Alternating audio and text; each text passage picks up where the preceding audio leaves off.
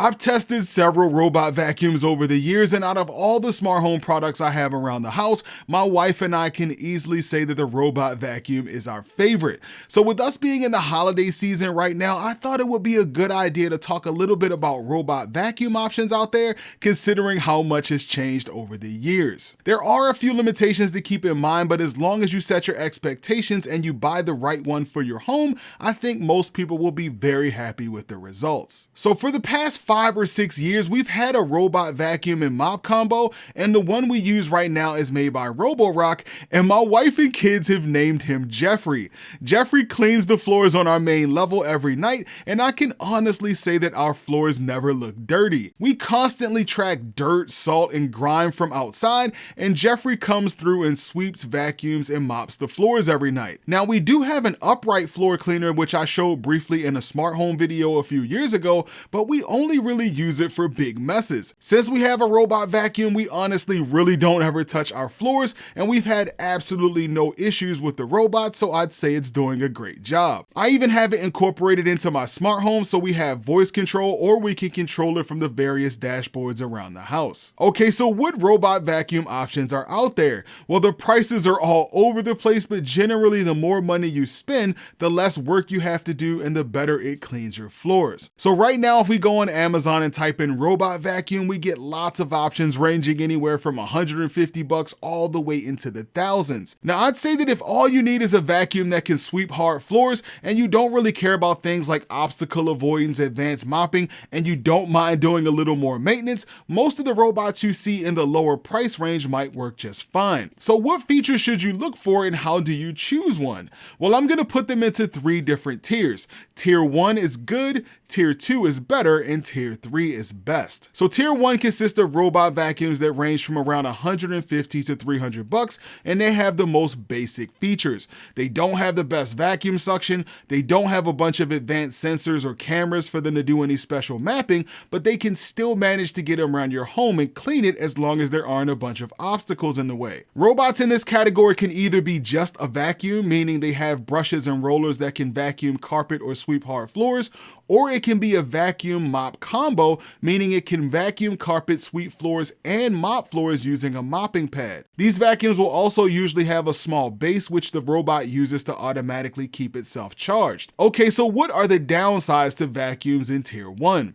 Well, they usually only have enough suction for low pile carpet, so they might struggle with vacuuming taller carpet or sucking up debris from small crevices. And considering they don't have advanced mapping capabilities, some of them bounce around the room randomly and some of them can clean in neat rows. Now, this might sound terrible, but most of them still do a decent job of covering a large area. And aside from their lack of advanced mapping, another downside to vacuums in this tier is that they require more interaction from you compared to more expensive vacuums. So for example, you'll need to empty the dustbin into the trash whenever it's full, and depending on how dirty your floors are, you may have to empty it every single day or maybe even multiple times a day. And if it has a mopping attachment, you'll need to regularly clean or replace the pads whenever they're dirty. But if you don't want to spend a ton of money and you don't mind a small amount of maintenance, vacuums in Tier 1 are a great place to start. Alright, moving on to Tier 2, or our better tier, and this consists of robot vacuums that range from around $300 to $700. These vacuums can do everything that the ones in the first tier can do, but they improve on pretty much everything. They'll usually have better suction so they can work better on taller carpet. They might have a better brush system that prevents tangles from long hair, and this will also be where you'll start to see cool features like a self-emptying base, which can automatically empty dirt and dust from the vacuum into the base station so you don't have to constantly empty it after every cleaning job. You'll also start to see more sensors and more advanced mapping features. With better mapping, the robot can map out your entire floor and segment it into rooms or zones. It'll also let you create no-go zones for places you don't want the robot to go, and you can also access lots of cool advanced settings and features right from the app. I'd say Tier 2 is probably the most popular tier since they have most of the features that people are looking for,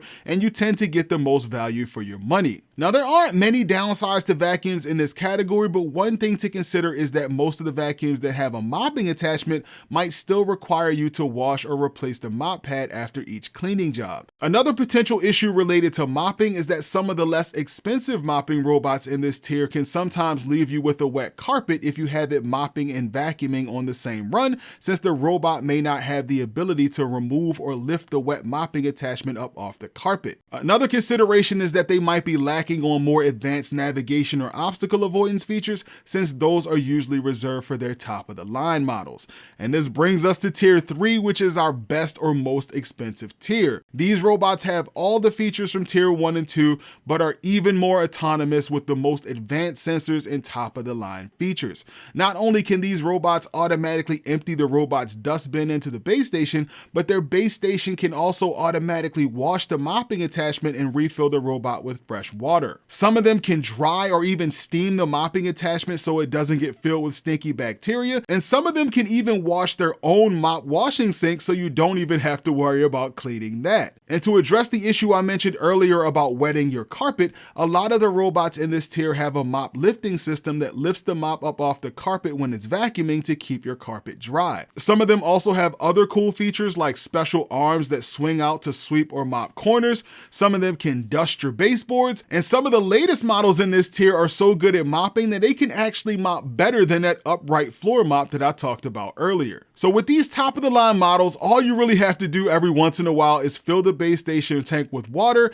empty out the dirty water tank, and swap out the base station's dust bag or bin. So considering it's washing the mop pad every day and emptying itself, you can go several weeks without ever doing anything. And aside from the base station features, you'll also find really advanced navigation and obstacle avoidance with improved sensors. So instead of constantly bumping into objects, the robot can easily navigate around people, pets, furniture, and even recognize common objects like shoes, wires, or even pet waste.